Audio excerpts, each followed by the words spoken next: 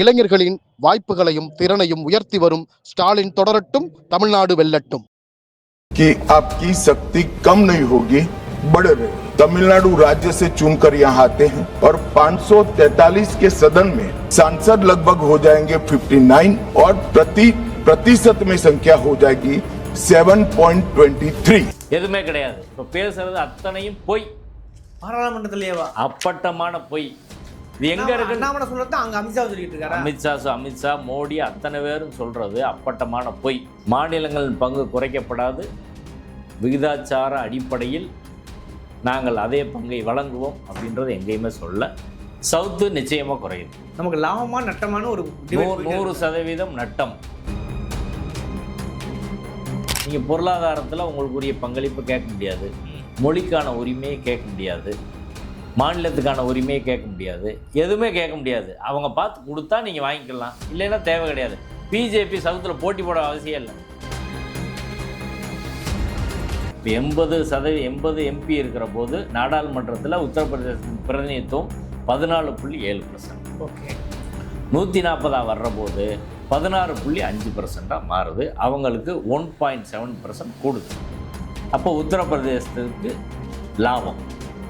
சரிங்களா? அடுத்து பீகாருக்கு 850 இடங்களாக உயர்த்தப்படுகிறது. மாநிலங்கள், யூனியன் டெரிட்டரி எல்லாம் சேர்ந்து. மூணாவது, பாராளுமன்றத்தில் கொண்டு வரும் சட்டத்தின் அடிப்படையில் மக்கள் தொகை என்பது முடிவு செய்யப்படும், சென்சஸ் முடிவு செய்யப்படும். நாலாவது, டீலிமிட்டேஷன் கமிஷன் ஒன்று உருவாக்குறோம். தேர்தல் ஆணையம் போல் ஒரு கமிஷன் உருவாக்குறோம். அந்த கமிஷனோட முடிவு இறுதியானது. உங்கள் கோர்ட்டுக்கு நீங்கள் அதை எதிர்த்து கோர்ட்டுக்கு போக முடியாது, போகவே முடியாது. இப்படி 5 விஷயம் இன்னைக்கு வந்து கொண்டு வந்துருக்கிறாங்க. This bill also, delimitation bill, has to go to the president as well. Sir, the delimitation bill, you have to see how the delimitation is going to happen. The consequentially you have to amend the constitution. அப்படின்னு 2 category உருவாகுது.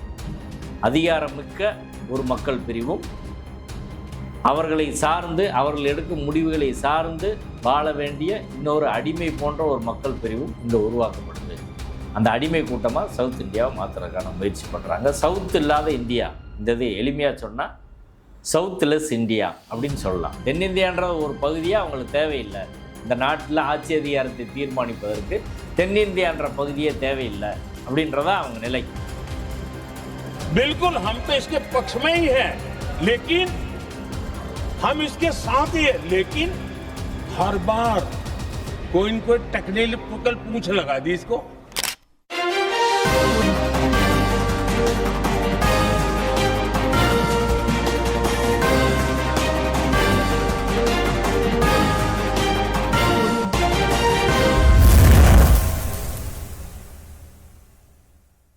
வணக்கம்.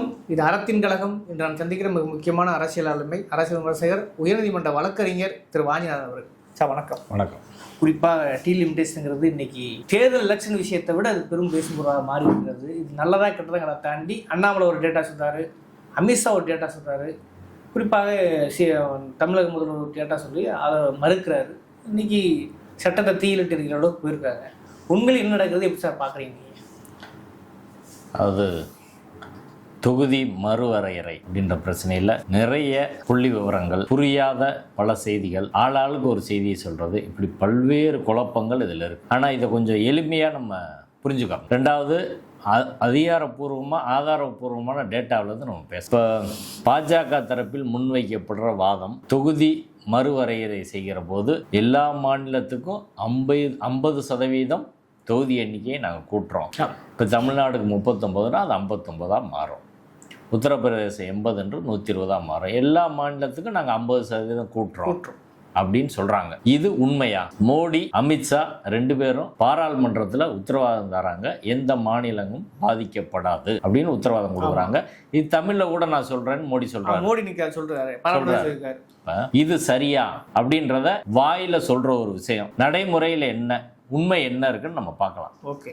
இப்போ பாராளுமன்றத்தில் தாக்கல் செய்த 131வது amendment bill 2026, bill number 107/2026 இன்னைக்கு பாராளுமன்றத்தில் தாக்கலான அரசியல் சட்ட திருத்த மசோதா. ஓகே. இதில் 50% நாங்கள் உயர்த்துறோம் அப்படின்றது இதில் தேடி பாருங்க, இருக்கா இல்லையா? ஒரு இடத்துல கூட கிடையாது. இதில் நான் முழுக்க படிச்சிட்டேன். எங்கேயுமே என்ன ஆப்ஜெக்ட் ரீசன்ஸ் இது என்ன காரணங்கள் அடிப்படையில், அப்புறம் எது இதில் அமெண்ட்மெண்ட் கொண்டு வரோம், இப்படி வந்து எந்தெந்த அமெண்ட்மெண்ட்ன்றதெல்லாம் வரிசையாக ஒவ்வொன்றா இருக்குது. இதில் எங்கேயுமே 50% விகிதாச்சார அடிப்படையில் உயர்த்தப்படும் அப்படின்றது எங்கேயுமே கிடையாது. பிற எப்படி அவங்க சொல்கிறாங்க? ஆதாரம்லாம் எப்படி சொல்ல முடியும்? அவங்க 2011 சென்சஸை வச்சு இப்படி கூடும் அப்படி கூடும் அப்படிலாம் சொல்கிறாங்க. 2011 சென்சஸை வச்சு எடுத்துக்கிட்டாலும் இப்போ 2026 எடுக்கிற சென்சஸை பேஸ் பண்ணி தான் தொகுதி வரையறை அடுத்து செய்ய போகிறாங்க. இப்போ சொல்கிற விஷயம் அடிப்படையில் மானியங்களோட பிரதிநிதித்துவம் பாதிக்கப்படாது அப்படின்னு சொல்கிறதுக்கான சட்டப்பூர்வமான அங்கீகாரம் எதுவுமே இங்கே கிடையாது. பாராளுமன்றத்தில் எங்களுக்கு தாக்கல் செய்த சட்டத்தில் கிடையாது. வெறும் வாக்குறுதி, நாங்கள் பாதிக்கப்பட விட மாட்டோம், நாங்கள் அப்படி பண்ணிடுவோம் இப்படி பண்ணிடுறோம்னா இதை எப்படி ஏற்றுக்கிறோம் அப்படின்னு சொல்லுங்கள். அப்படி கிடையாது. ஏன்னா இதற்கு முன்பாக அவர்கள் பேசிய பல்வேறு விஷயங்களில் அவங்க சொன்ன மாதிரி நடந்துக்கல. மோடி சொன்னார்ல, பண மதிப்பிழப்பு நடவடிக்கை வர்ற போது 100 நாளில் இந்த பிரச்சனை தீரலைன்னா என்ன தீ வச்சு கொளுத்திருக்காங்க. ஆனால் தீரலை. என்னாச்சு? இப்படி பல்வேறு விஷயங்களில் அவர் வாக்குறுதி கொடுத்துருக்குறாங்க. எந்த வாக்குறுதியும் அவர்கள் அதை முறையை அமல்படுத்தினது இல்லை அப்படின்றத நம்ம பார்த்துருக்கோம். கூட்டணி கட்சிகளை எப்படி நடத்துகிறாங்கன்னு நம்ம பார்த்துருக்குறோம். இப்போ வெறும் பேச்சு அப்படின்றத நம்பி அதை ஒரு புரபகண்டாவாக பரப்புகிறாங்க.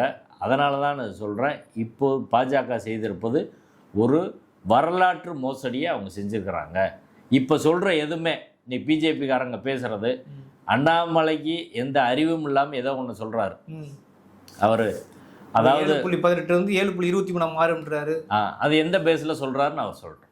எந்த பேஸில் சொல்கிறாரு, என்ன அடிப்படையில் சொல்கிறீங்க? அதோடு இணைச்சி வந்து உத்தரப்பிரதேசத்துக்கு எவ்வளவு கூடுது, பீகாருக்கு எவ்வளவு கூடுது, மகாராஷ்டிரா, குஜராத் இதெல்லாம் சேர்த்து சொல்லணும்.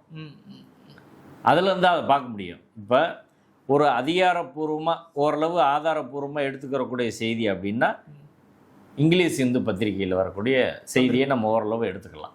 சரிங்களா? இருக்கிற நிறைய டேட்டாஸில் அதிலிருந்து பார்ப்போம். இன்றைக்கி இந்து பேப்பரில் வந்திருக்க செய்தி, அதில் சென்ட்ரல் கவர்மெண்ட் என்ன சொல்லியிருக்காங்கன்னு சொல்லியிருக்காங்க 50% கூடும் அப்படின்னு.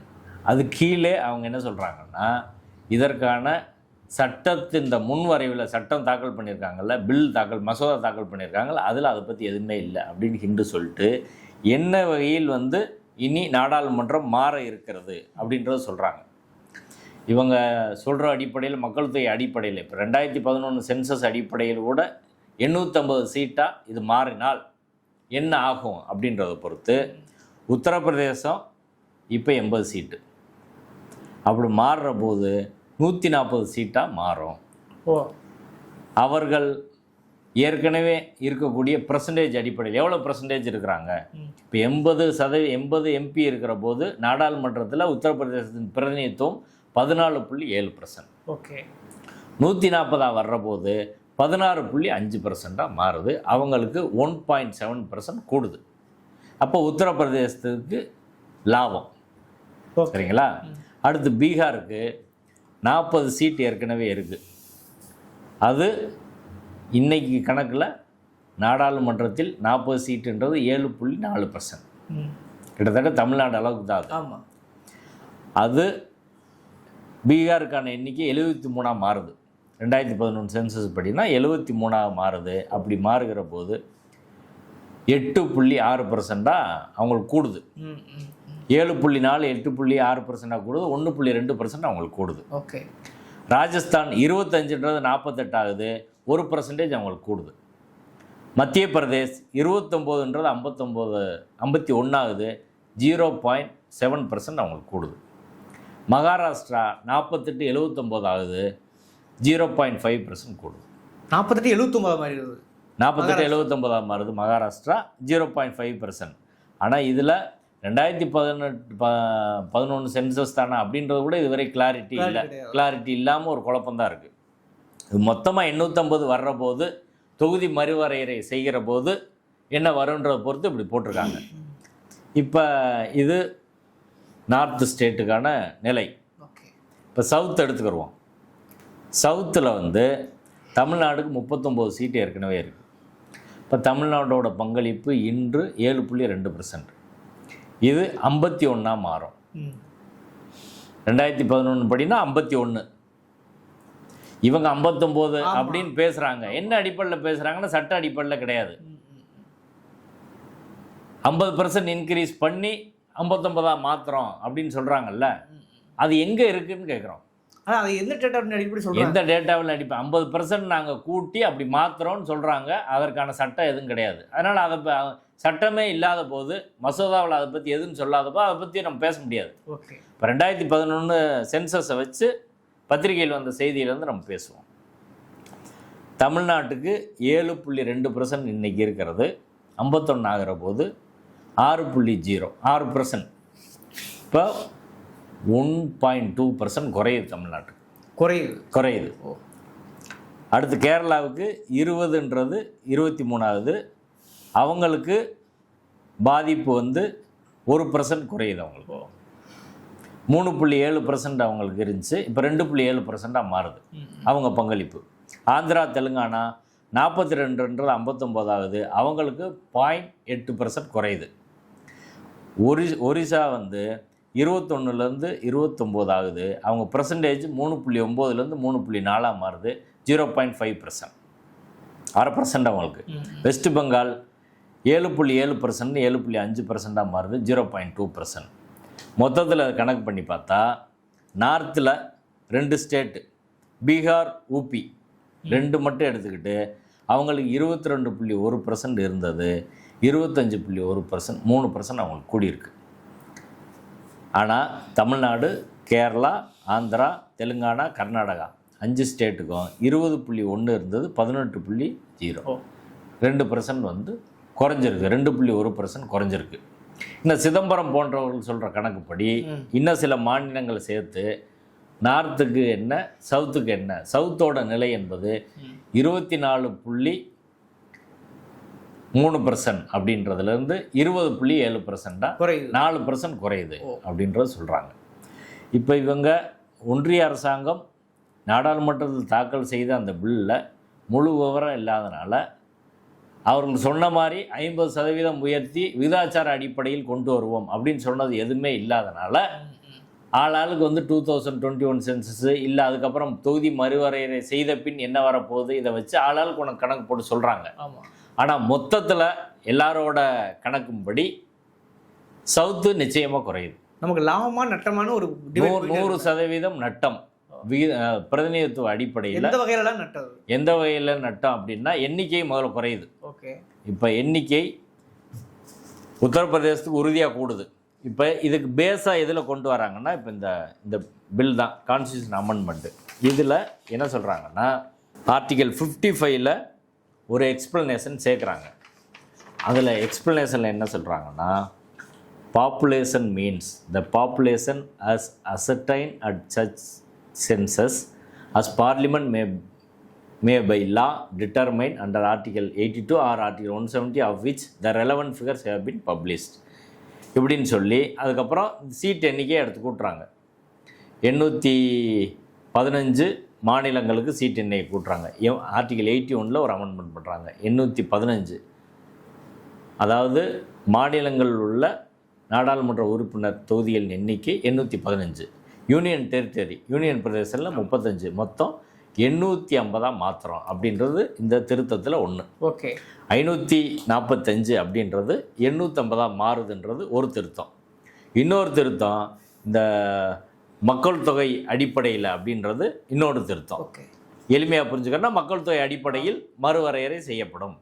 மூன்றாவது, அதை முடிவு பண்ணுறது பாராளுமன்ற சட்டத்தின் மூலமாக முடிவு பண்ணுறோம். நாலாவது விஷயம், ஒரு கமிஷன் இதை முடிவு பண்ணுறதுக்கு சென்சஸை பேஸ் பண்ணி தொகுதி மறுவரையறை பண்ணுறதுக்கு டீலிமிட்டேஷன் கமிஷன் ஒரு கமிஷன் உருவாக்குறோம். அந்த கமிஷன் முடிவு இறுதியானது, நீதிமன்றத்துக்கு நீங்கள் போக முடியாது. இதான் இப்போ இன்றைக்கி சொல்லியிருக்க விஷயங்களை சாரமாக எடுத்துக்கிட்டால் மக்கள் தொகை அடிப்படையில் தொகுதி மறுவரையறை. ரெண்டாவது, 850 இடங்களாக உயர்த்தப்படுகிறது மாநிலங்கள், யூனியன் டெரிட்டரி எல்லாம் சேர்ந்து. மூணாவது, பாராளுமன்றத்தில் கொண்டு வரும் சட்டத்தின் அடிப்படையில் மக்கள் தொகை என்பது முடிவு செய்யப்படும், சென்சஸ் முடிவு செய்யப்படும். 4வது டீலிமிட்டேஷன் கமிஷன் ஒன்று உருவாக்குறோம். தேர்தல் ஆணையம் போல் ஒரு கமிஷன் உருவாக்குறோம். அந்த கமிஷனோட முடிவு இறுதியானது உங்களுக்கு கோர்ட்டுக்கு நீங்கள் அதை எதிர்த்து கோர்ட்டுக்கு போக முடியாது, போகவே முடியாது. இப்படி 5 விஷயம் இன்றைக்கி வந்து கொண்டு வந்திருக்கிறாங்க. சரிங்களா? இப்போ இதில் இந்த 5 விஷயத்தை தாண்டி விகிதாச்சார அடிப்படையில் நாங்கள் பிரதிநிதித்துவம் தருவோம், மாநிலங்களுக்கான பிரதிநிதித்துவம் குறைக்கப்படாது, பெர்சன்டேஜ் குறைக்கப்படாது, எல்லா மாநிலங்களுக்கும் சம பங்கு வழங்கப்படும் அப்படின்னு எங்கேயாவது எந்த சட்டத்திலேயாவது சொல்லியிருக்கா சொல்லுங்க? எதுவுமே கிடையாது. இப்போ பேசுறது அத்தனையும் பொய், பாராளுமன்றத்திலேயேவா? அப்பட்டமான பொய். இது எங்க இருக்கு? அண்ணாமலை சொல்றது அங்க அமித்ஷா சொல்லிட்டு இருக்காரு. அமித்ஷா மோடி அத்தனை பேரும் சொல்றது அப்பட்டமான பொய். இதுல எந்த இடத்துலையும் ஒரு இடத்துல கூட மாநிலங்களின் பங்கு குறைக்கப்படாது, விகிதாச்சார அடிப்படையில் நாங்கள் அதே பங்கை வழங்குவோம் அப்படின்றது எங்கேயுமே சொல்ல. மக்கள் தொகை அடிப்படையில் வழங்கப்படும் சட்டத்தில் வந்துருச்சு. இப்போ இந்த சட்டம் நிறைவேறிடுச்சு அப்படின்னா மக்கள் தொகை அடிப்படையில் வந்தால் என்ன ஆகும்? மக்கள் தொகை அடிப்படையில் வந்தால் இயல்பாகவே இப்போ தமிழ்நாடு பாப்புலேஷன் ரேஷியோ வந்து 188%, கேரளாவோட பாப்புலேஷன் ரேஷியோ 170%. ஆனால் பீகாரோட மக்கள் தொகை கூடின விதம் வந்து 314%, ராஜஸ்தான் 325%, உத்தரப்பிரதேசம் 290%. அப்போ அவங்களுக்கு ஒரு பெரிய மக்கள் தொகை இருக்குது. மக்கள் தொகை அடிப்படையில் அப்படி பிரித்தா, மக்கள் தொகை அடிப்படையில் நம்ம மக்கள் தொகையை கட்டுப்படுத்தியிருக்கோம். சதர்ன் ஸ்டேட்டு மக்கள் தொகையை கட்டுப்படுத்தியிருக்கிறாங்க. இப்போ நம்ம கட்டுப்படுத்தணுன்றது தெரியும். அங்கே மக்கள் தொகை கூடுதலாக இருக்குன்றது இதில் யாராலும் மறுக்க முடியுமா? இதை மக்கள் தொகை ஹிந்தி பேசுகிற மாநிலங்கள் அதிகமாக இருக்குது, சவுத்தில் கம்மியாக இருக்குது. மக்கள் தொகை அடிப்படையில் தொகுதியை மறுவரையறை பண்ணுறோன்னா அவங்களுக்கு இயல்பாகவே கூட போகும், நம்மளுக்கு இயல்பாகவே குறையும். இது உண்மையா இல்லையா? இதை யாராலும் மறுக்க முடியுமா? இது மறுக்க முடியாது. அப்போ அடிப்படையில் சட்டத்தில் சொல்லியிருக்கதை நான் சொல்கிறேன். சட்டத்தில் வந்து விகிதாச்சார அடிப்படையில் நாங்கள் செய்வோம், நாங்கள் தொகுதிகளை மறுவரையறை செய்வோம்னு எங்கேயுமே சொல்ல. மக்கள் தொகை அடிப்படையில் மறுவரையறை செய்வோம் அப்படின்னு சொல்லியிருக்கிறாங்க. அது 2011 சென்சஸாக இருக்கட்டும், அடுத்து அல்லது 2026 எடுக்கிற சென்சஸாக இருக்கட்டும், இது 2029 தான் அமலாக போகுது. இப்போ 2026 ஒரு சென்சஸ் வரும். அந்த சென்சஸை பேஸ் பண்ணி பண்ணுற போது மக்கள் தொகை அதிகம் இருக்கிற மாநிலங்களுக்கு நிச்சயமாக அதிக எண்ணிக்கையில் போகும், மக்கள் தொகையை கட்டுப்படுத்துகிற மாநிலங்களுக்கு எண்ணிக்கை என்பது குறையும். அப்போ இதில் அடிப்படையில் இந்த சட்டத்தின் அடிப்படையில் பார்த்தா சவுத்து உறுதியாக தொகுதி எண்ணிக்கை குறையுது, அதில் எந்த சந்தேகமும் கிடையாது. இவர்கள் இப்போ சொல்கிற வாதம் இருக்குல்ல, குறையாது கூடும், நீ இவங்க பெர்சன்டேஜில் பார்க்கணும், பெர்சன்டேஜில் பார்த்தா தான் கரெக்டாக இருக்கும். சரிங்களா? இப்போ மக்கள் தொகை அடிப்படையில் நீங்கள் வருவரை செய்வோம்னா கண்டிப்பாக குறையுன்றது எல்லாருக்கும் தெரிஞ்சது தான். இதான் இந்த சட்டத்தில் இருக்குது. அமித்ஷா சொல்கிறதோ, மோடி சொல்கிறதோ, அண்ணாமலை சொல்கிறதோ, பிஜேபிக்காரங்க சொல்கிறதோ எதுவுமே சட்டத்தில் கிடையாது. அப்படி இருந்தால் காட்ட சொல்லுங்க. அப்போ இது உண்டான அபாயங்கள் என்னென்னா, அப்போ இது கொண்டிருக்கிற நோக்கம் தான் என்னன்னு ஒரு கேள்வி வருது இல்லை?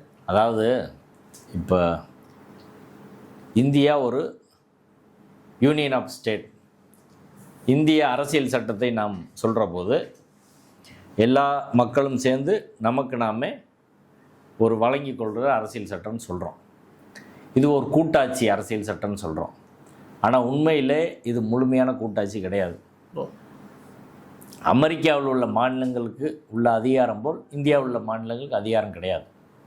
நிதியிலேருந்து எல்லாமே எல்லா அதிகாரமும் பாராளுமன்றத்தில் தான் இருக்குது, ஒன்றிய அரசாங்கத்தில் தான் இருக்குது. இப்போ இந்தியா சுதந்திரம் அடைஞ்ச அரசியல் சட்டம் வந்த இவ்வளோ காலத்தில் இந்த அதிகாரங்கள் எல்லாம் மாநிலங்களுக்கு பகிர்ந்து கொடுத்துருக்கணும். இராணுவம், வெளியுறவு, இதை தவிர மீதி எல்லாத்தையும் பகிர்ந்து கொடுத்துருக்கணும். ஆனால் கொடுக்கல. இருக்க ஒன்றியத்தின் மீதான அதிகாரம் என்பது அவங்களுக்கு அதிகமாகிக்கிட்டே போகுது, மாநிலங்கள் என்பது காலனி ஆகிக்கிட்டே போகுது. இதான் ஏற்கனவே நடந்துக்கிட்டு இருந்துச்சு. சின்ன சின்ன விஷயம் கொஞ்சம் மிச்சம் இருந்துச்சு. இந்த சட்ட திருத்தத்தின் மூலமாக, இந்த அரசியல் சட்ட திருத்தத்தின் மூலமாக அதையும் முடிச்சிட்டாங்க. இனிமே இந்தியாவில் உள்ள தென் மாநிலங்கள், தெற்குன்ற ஒரு திசை, 4 திசை இந்தியாவில் இருக்குல்ல, தெற்குன்ற திசை தேவையில்லைன்னு முடிவு பண்ணிட்டாங்க. தெற்கும் சரி, கிழக்கும் சரி, வெஸ்ட் பெங்கால், பஞ்சாப் போன்ற மாநிலங்களும் சரி, இவங்கெல்லாம் தேவை கிடையாது. ஹிந்தி பெல்ட், கவ் பெல்ட்னு சொல்கிறோம்ல, அந்த ஹிந்தி பெல்ட் மட்டும் போதும். அந்த ஹிந்தி பெல்ட்டு டிசைட் பண்ணட்டும். அவர்கள் தான் இந்த நாட்டின் அதிகாரமிக்க மக்கள். 2 வகையான பாப்புலேஷன் இங்கே உருவாக்குறாங்க. அவர்களாம் இந்தியாவிலும் மாறுமா? 2 வகையான பாப்புலேஷன். ஒன்று இந்தியாவில் ஆட்சியை தீர்மானிக்கக்கூடிய மக்கள். என்ன பண்ணாலும் ஆட்சி அதிகாரத்தில் எந்த பங்கும் செலுத்த முடியாத மக்கள் அப்படின்னு 2 கேட்டகரி உருவாகுது. அதிகாரமிக்க ஒரு மக்கள் பிரிவும் அவர்களை சார்ந்து அவர்கள் எடுக்கும் முடிவுகளை சார்ந்து வாழ வேண்டிய இன்னொரு அடிமை போன்ற ஒரு மக்கள் பிரிவும் இங்கே உருவாக்கப்படுது. அந்த அடிமை கூட்டமாக சவுத் இந்தியாவை மாற்றுறதுக்கான முயற்சி பண்ணுறாங்க. சவுத் இல்லாத இந்தியா, இந்த இது எளிமையாக சொன்னால் சவுத்லெஸ் இந்தியா அப்படின்னு சொல்லலாம். இந்தியா என்பது இனி ஹிந்தி ஹார்ட்லேண்ட். உத்தரப்பிரதேசம், மத்திய பிரதேசம், பீகார், குஜராத், டெல்லி இவங்கெல்லாம் சேர்ந்தாலே அவங்களுக்கு போதுமான. இப்போ இன்னும் 850ல் 425 அவங்களுக்கு வந்துடும். அப்போ மற்ற மாநிலங்கள் அவங்களுக்கு தேவையே இல்லைன்ற ஒரு நிலை தான் இருக்குது. இதெல்லாம் வந்து சந்திரபாபு நாயுடுக்கோ அல்லது ஜெகன்மோகன் ரெட்டி தெரியாதா? எடப்பாடியோட இன்னைக்கு அமித்ஷா வந்து ஏமாற்ற மாட்டான், அமித்ஷா சொல்கிற உண்மை சொல்கிறாங்க இல்லையா? அதாங்க, நான் வாயில் சொல்கிறதுலேருந்து ஒரு மாநிலத்தோட முதல்வராக இருந்தவர் பேசலாமா? இன்னைக்கு சந்திரபாபு அவர் ஒரு மாநிலத்தின் முதல்வர், அவர் மாநிலத்துக்கு கடுமையாக பாதிப்பு வரப்போகுது. சரிங்களா? அப்போ கூட்டணிக்காக எந்த விஷயத்தை ஆதரிக்கிறது அப்படின்னா வேற ஒரு மசோதாவை ஆதரிக்கிறதுன்றது வேற.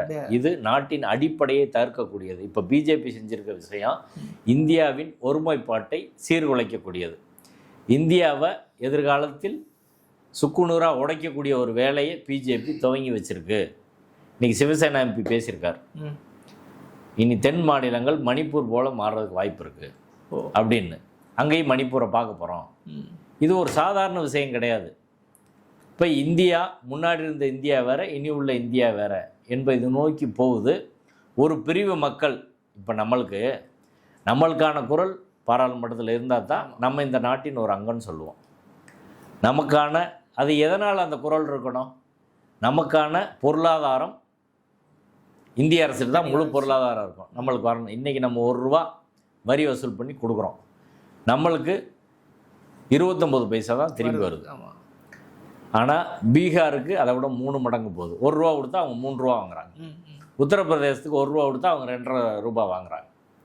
இப்போ நம்ம பணம்ன்றது அங்கே போகுது அப்படின்றது ஒரு பிரச்சனை முக்கியமானது.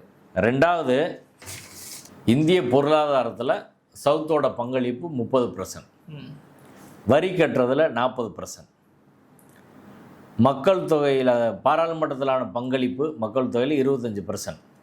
இப்போ இந்த 25% பங்களிப்பை குறைக்கிறதன் மூலமாக நம்ம வாய்ஸ் அங்கே குறையுது.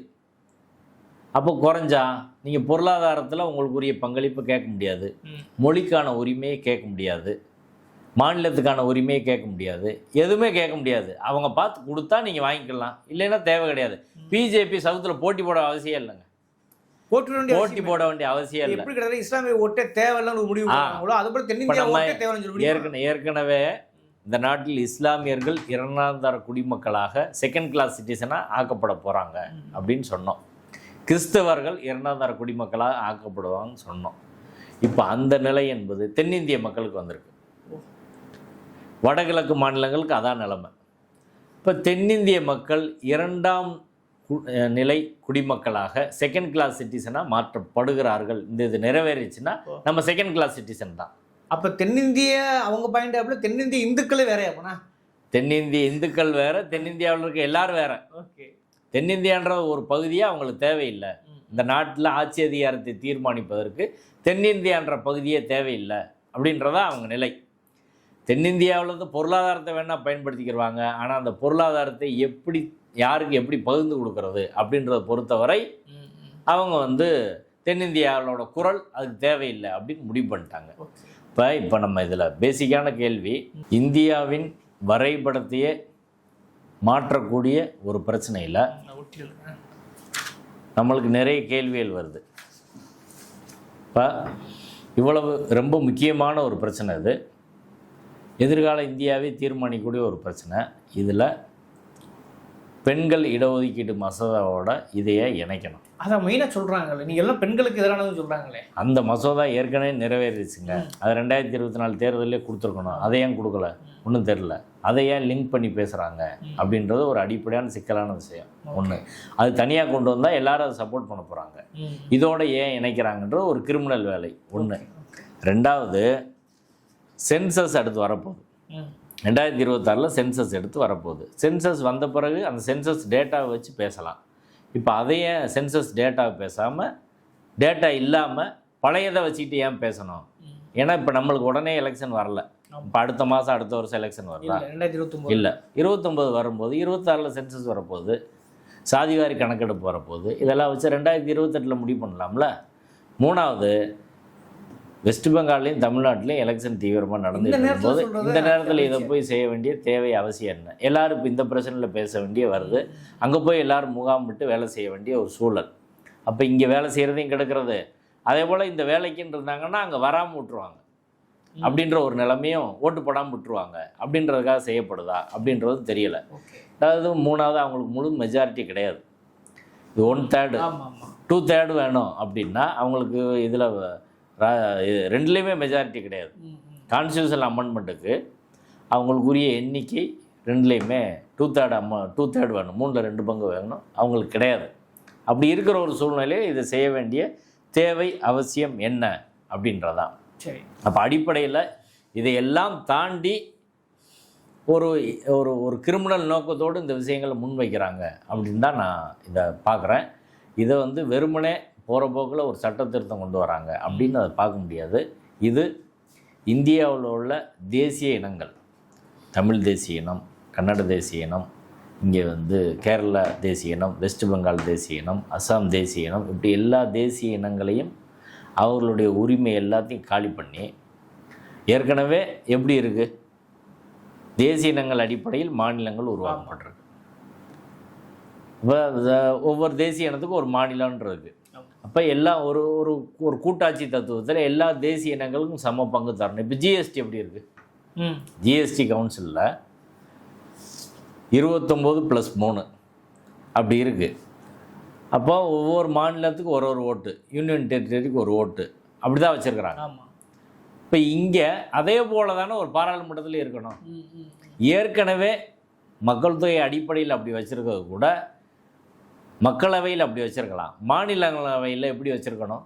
ஒவ்வொரு மாநிலத்துக்கான பிரதிநிதித்துவம், அது மணிப்பூருக்கும் ஒரு பிரதிநிதித்துவம், தமிழ்நாட்டுக்கும் ஒரு பிரதிநிதித்துவம், உத்தரப்பிரதேசத்துக்கு ஒரு பிரதிநிதித்துவம், பீகாருக்கு ஒரு பிரதிநிதித்துவம், எல்லா மாநிலங்களுக்கும் சமமான பிரதிநிதித்துவம். நீங்கள் மக்கள் தொகை ஒரு இதில் கூடுதலாக இருப்பீங்க, இன்னொரு இடத்துல கம்மியாக இருந்தால் இப்போ மெஜாரிட்டி வச்சது தான் அப்படின்றது மாறிடுமா இல்லையா? அப்படி இருக்கக்கூடாது. இது மெஜாரிட்டேரியன் டெமோக்ரஸி இல்லைன்னு நம்ம சொல்கிறோம். பெரும்பான்மை ஜனநாயகம் கிடையாது.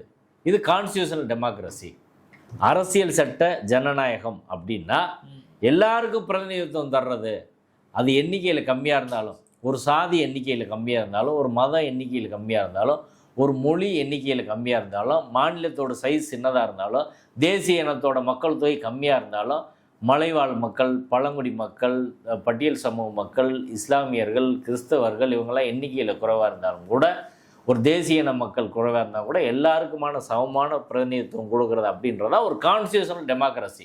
அந்த கான்ஸ்டியூஷனுக்கு சிக்கல் வருதோ? அந்த கான்ஸ்டியூஷனல் டெமோக்ரஸி, ஃபெடரலிசம், கூட்டாட்சி எல்லாத்துக்கும் சிக்கல் வருது. அடிப்படையில் இது எல்லாத்தையும் தகர்க்கிற ஒரு நடவடிக்கையாக தான் இதை வச்சுருக்கிறாங்க. அப்போ என்னென்னா, நீங்கள் ஒரு மொழி ரீதியாக எடுத்துக்கோங்க. இன்றைக்கி இந்திய முன்னிலைப்படுத்தி, சமஸ்கிருதத்தை முன்னிலைப்படுத்தி ஒரு ஆதிக்க அரசியல் என்பது பார்ப்பனிய சித்தாந்தம் கொண்டவர்கள், ஆர்எஸ்எஸ் போன்றவர்கள் முன்னெடுக்கிறாங்க. ஏற்கனவே தமிழ்நாட்டுக்கு தமிழ் மொழிக்கு, கன்னட மொழிக்கு, மலையாள மொழிக்கு, தெலுங்கு எல்லாருக்கும் உரிய முக்கியத்துவம் கிடையாது. சமஸ்கிருதத்துக்கு 1000 கோடி ஒதுக்குனா தமிழுக்கு 1 கோடி ஒதுக்குவாங்க. இப்படி தான் இருக்குது. ஏற்கனவே இங்கே பாகுபாடு என்பது ஏற்கனவே இந்த பாகுபாடு இருக்குது. இப்போ நம்மளோட நாடாளுமன்றத்தில் நம்மளோட பிரதிநிதித்துவம் குறைச்சிட்டா, சவுத்தை மொத்தமாக குறைச்சிட்டா, இனி நீங்கள் அந்த மொழி உரிமை அப்படின்றத நீங்கள் பேச முடியுமா? ஒன்று, பண்பாட்டு உரிமை. இப்போ உங்களுக்கு ஒரு சமஸ்கிருத வைதிக பண்பாடை ஹிந்தி பெல்ட்டில் வச்சு நகர்த்துறீங்க, அதற்கு எதிரான பண்பாட்டை இங்கே சவுத்து இருக்குது. இங்கே பெண்களுக்கு சம உரிமை கொடுக்கணும் அப்படின்ற அடிப்படையில் சாதி ஏற்றத்தாழ்வு பார்க்கக்கூடாது, எல்லா மக்களும் சமம், யாதும் ஊரே யாவரும் கேளீர், இப்படியான கான்செப்டை வச்சுருக்கிற ஒரு சமூகம் இங்கே நம்ம இருக்கிறோம்.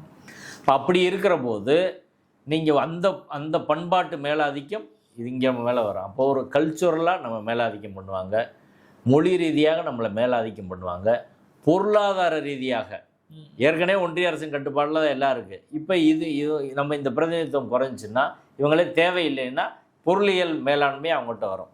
இப்போ பொருளியலாகவும் நம்மகிட்ட ஒன்று அதிகாரம் இல்லை, பண்பாட்டு ரீதியாகவும் அதிகாரம் இல்லை, மொழியியல் ரீதியாகவும் அதிகாரம் இல்லை, தேர்தல்லையும் ஒரு அதிகாரம் இல்லை. அப்படின்னா நம்ம என்னவான மக்களாக இந்த நாட்டில் இருக்கிறோம் அப்படின்றது அப்போ நம்ம குரல்ன்றது நம்ம இங்கே வந்து ஒரு சும்மா ஒட்டிட்டு இருக்கிற மாதிரி இருக்கு. நேரம் வந்து நம்ம குறைத்தும் கொடுக்கப்படுகிறது பாராளுமன்றத்தில். 89 பேர் அத்தனை பேருக்குமான பிரதிநிதித்துவமோ அல்லது பேசுவதற்கோ குரலுக்கு வாய்ப்பு இருக்குமா? அதில் 2 பிரச்சனை. ஒன்று, பாராளுமன்றத்தில் சட்டங்கள் நிறைவேற்றப்படும் முறை. இந்த மோடி அரசு வந்த 10 வருஷத்தில் எந்த விதமான டிபேட்டும் முறையாக கிடையாது. நள்ளிரவு வரை அதை நடத்துறது, இஷ்டத்துக்கு நடத்துறது, கண்ட நேரத்தில் நடத்துறது, பேச விடுறதே இல்லை, எம்பிக்களை மொத்தமாக சஸ்பெண்ட் பண்ணுறது, இப்படித்தான் பல்வேறு சட்டங்கள் நிறைவேற்றப்பட்டது. இப்போ நீங்கள் இந்த 10 வருஷத்தில் எதிர்க்கட்சி எம்பிக்கள் சொல்லி அல்லது கூட்டணி கட்சி எம்பிக்கள் சொல்லி ஏதாவது ஒரு விஷயம் அவங்க மாற்றிட்டு இருக்காங்களா சொல்லுங்கள்? பின்வாங்கினது இல்லையே. ஒன்றும் மாற்றிக்கிட்டது கிடையாது. அப்போ ஏற்கனவே அங்கே டெமோக்ரஸி பாராளுமன்றத்தில் கிடையாது. நீங்கள் அதுமாரி பேசுனா சஸ்பெண்ட் பண்ணிடுவாங்க. அப்படி தான் இருக்குது. அப்போது ஒரு ஜனநாயகம் இல்லாத ஒரு பாராளுமன்றத்தில் இப்போ அதையும் குறைக்கிற மாதிரி இன்னொரு சட்டத்தையும் நீங்கள் கொண்டு வந்து, ஒன்று ஏற்கனவே உள்ள விவாத நடைமுறையிலேயே மசோதா அறிமுகப்படுத்துகிற முறை, விவாத நடைமுறை எல்லாமே சர்வாதிகாரமாக இருக்குது. ஒன்று, அதில் பேசுகிறதுக்கும் பெயரளவுக்கு 2 நிமிஷம் 3 நிமிஷம் 5 நிமிஷம் இரவு வரை பேசுங்க அப்படின்னு பண்ணுறாங்க. 2, இப்போ எண்ணிக்கையும் கூடுற போது 850 பேரில் நீங்கள் பேசுகிறதுக்கு எந்த வாய்ப்பு இருக்காது. ஏதோ ஒரு மூலையில் நீங்கள் தமிழ்நாட்டு ஆட்கள் உட்காந்துருப்பாங்க. எந்திரிச்சாலே உட்காருன்னு மற்றவன் தகராறு இருக்கிறோம், சண்டையாகும், ஒன்றுமே ஆகாது. அப்போ நம்ம நத்திங் அப்படின்ற மாதிரி இங்கே மாற்றப்படுறோம் அப்படின்றதான். ஒரு கான்ஸ்டியூஷனல் டெமோக்ரஸியில் பெரும்பான்மையாக ஒரு பல தேசிய இனங்கள், குறிப்பாக சவுத் மொத்தமாக அப்படி புறக்கணிக்கப்படுற போது, வெஸ்ட் பெங்கால் புறக்கணிக்கப்படுற போது, பஞ்சாப் புறக்கணிக்கப்படுற போது, மணிப்பூர் புறக்கணிக்கப்படுற போது ஒரு நாட்டின் ஒற்றுமை என்னவாகும்? எல்லாரும் விரும்பி ஏற்றுக்கிட்டா தானே இந்த நாடு அப்படி இருக்கும். அப்படி இல்லைன்னா இந்த ஒற்றுமை சிதறும். அது மிகப்பெரிய அபாயத்தை, நாடு சிதறுண்டு போகிற ஒரு அபாயத்தை உண்டாக்கும். அது கான்ஸ்டியூஷனுக்கும் கேடு, ஃபெடரலிசத்துக்கு கேடு, எல்லாத்துக்கும் ஒரு சிக்கலான ஒரு நிலையை பாஜக உருவாக்கி இருக்கிறது. இவங்க இன்னைக்கு உருவாக்குனது சாதாரண விளைவில்லை அப்படின்னு தான் நான் பார்க்குறேன். இது மிகப்பெரிய ஒரு சிக்கலை உண்டாக்கும். ஏற்கனவே நீங்கள் தேசிய இனங்கள், எல்லா தேசிய இனங்களுக்கும் இங்கே சம உரிமை இருக்கா? அதுவே அப்படி கிடையாது. இப்போ இந்தி பேசுகிற தேசிய இனங்களுக்கு மட்டும்தான் இங்கே முழு உரிமை வழங்கப்படுது. மற்ற தேசிய இனங்கள் இங்கே ஒடுக்கப்படுது. நிதி அதிகம் வழங்கப்படுது. ஆமாம், எல்லா வகையிலையும் அவங்களுக்கு தான் முக்கியத்துவம் கொடுக்குறாங்க, மற்றவங்கள ஒடுக்குறாங்க. வேலை வாய்ப்புலேருந்து எல்லாத்துலேயும். பல எக்ஸாம் தமிழில் நடக்குதா? இங்கிலீஷ்லேயும் ஹிந்தியில் தான் நடக்குது. அப்போ ஏற்கனவே பல்வேறு வகையில் ஒதுக்கப்பட்டு வர்ற மக்கள் மொத்தமாக அரசியலில் அவங்க ஆட்சிக்கு வர்றதுக்கு இவங்க தேவையே கிடையாது அப்படின்னு ஒரு நிலை வருகிற போது அவங்க என்னவா மாறுவாங்க? இந்த மாநில மக்களோட மனநிலை என்னவா இருக்கும் அப்படின்றத பார்த்தா மிகப்பெரிய ஒரு அபாயத்தை நோக்கி இந்தியா போயிட்டுருக்கு அப்படின்னு தான் பார்க்குறோம். அதாவது அரசியல் சட்டத்தை நீங்கள் ஸ்ட்ரென்தன் பண்ணி இருக்கிற மக்களுக்கு, மாநிலங்களுக்கு கூடுதல் உரிமை கொடுத்து இந்த நாட்டின் மீது பற்று வர்றதுக்கு நீங்கள் செய்யணும். அப்படி இல்லாமல் நீங்கள் எதுக்கடா இந்த நாட்டில் இருக்கோம் அப்படின்ற ஒரு நிலையை நோக்கி அவங்க கொண்டு போனாங்கன்னா அது பேராபத்தாக முடியும்னு தான் நான் பார்க்குறேன். இப்படியான ஒரு கூர்மையான விவாதம் சொல்லி அரட்டத்துக்காக எவ்வளவு நீண்ட நேரம் ஒதுக்கிற மாதிரி. நன்றி.